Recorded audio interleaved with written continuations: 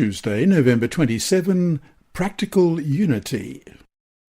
In 1902, Ellen G. White wrote in The Signs of the Times on July 16, "What Christ was in his life on this earth, that every Christian is to be. He is our example, not only in his spotless purity, but in his patience, gentleness, and winsomeness of disposition." End of quote. These words are reminiscent of Paul's appeal to the Philippians in Philippians 2 verse 5, "Let this mind be in you, which was also in Christ Jesus." Question. Read Ephesians chapter 4 verses 25 through to chapter 5 verse 2 and Colossians chapter 3 verses 1 to 17, and then answer these two questions. In what areas of our lives in particular are we invited to show our allegiance to Jesus? How are we to be witnesses of the gospel of Jesus in our public lives? First of all, Ephesians chapter 4, beginning at verse 25.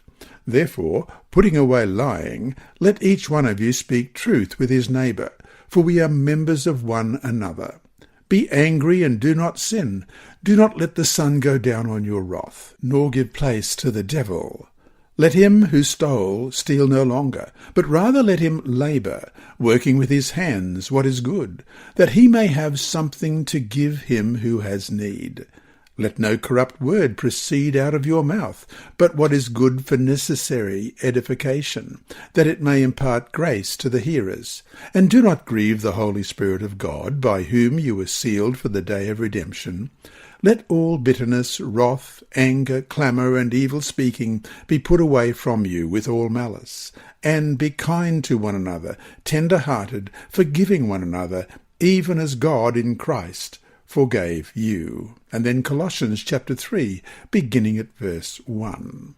"If then you are raised with Christ, seek those things which are above, where Christ is, sitting at the right hand of God. Set your mind on things above, not on things on the earth.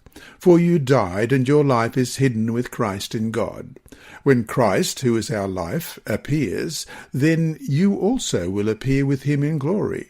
Therefore put to death your members which are on the earth, fornication, uncleanness, passion, evil desire, and covetousness, which is idolatry.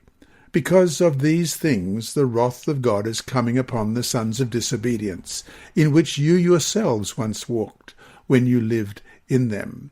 But now you yourselves are to put off all these: anger, wrath, malice, blasphemy, filthy language out of your mouth. Do not lie to one another, since you have put off the old man with his deeds, and have put on the new man, who is renewed in knowledge according to the image of him who created him, where there is neither Greek nor Jew, circumcised nor uncircumcised, barbarian, Scythian, slave, nor free, but Christ is all and in all. Therefore, as the elect of God, holy and beloved, put on tender mercies, kindness, humility, meekness, long-suffering, bearing with one another and forgiving one another. If anyone has a complaint against another, even as Christ forgave you, so you also must do. But above all these things put on love, which is the bond of perfection. And let the peace of God rule in your hearts, to which also you were called in one body, and be thankful. Let the word of Christ dwell in you richly in all wisdom, teaching and admonishing one another in psalms and hymns and spiritual songs, singing with grace in your hearts to the Lord. And whatever you do in word or deed, do all in the name of the Lord Jesus, giving thanks to God the Father through him. There are many other passages of Scripture that invite Christians to follow the example of Jesus and be living witnesses of God's grace to others. We also are invited to seek the welfare of others. Matthew 7:12 says, "Therefore, whatever you want men to do to you, do also to them, for this is the law and the prophets." To bear each other's burdens, it tells us in Galatians 6:2, "Bear one another's burdens and so fulfill the law of Christ." to live in simplicity and to focus on inward spirituality instead of outward display. We read in Matthew 16, verses 24 to 26. Then Jesus said to his disciples, "If anyone desires to come after me, let him deny himself and take up his cross and follow me. For whoever desires to save his life will lose it. But whoever loses his life for my sake will find it. For what profit is it to a man if he gains the whole world and loses his own soul? Or what will a man give in exchange for his soul?" And 1 Peter chapter 3, verses 3 and 4. Do not let your adornment be merely outward, arranging the hair, wearing gold, or putting on fine apparel. Rather, let it be the hidden person of the heart, with the incorruptible beauty of a gentle and quiet spirit, which is very precious in the sight of God. And to follow healthful living practices, we read in 1 Corinthians 10:31, "Therefore, whether you eat or drink, or whatever you do, do all to the glory of God."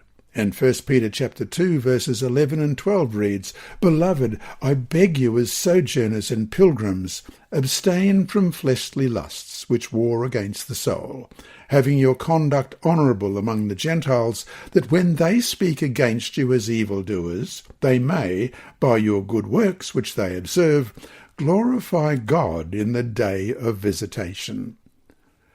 How often do we underestimate the impact of Christian character upon those who watch us?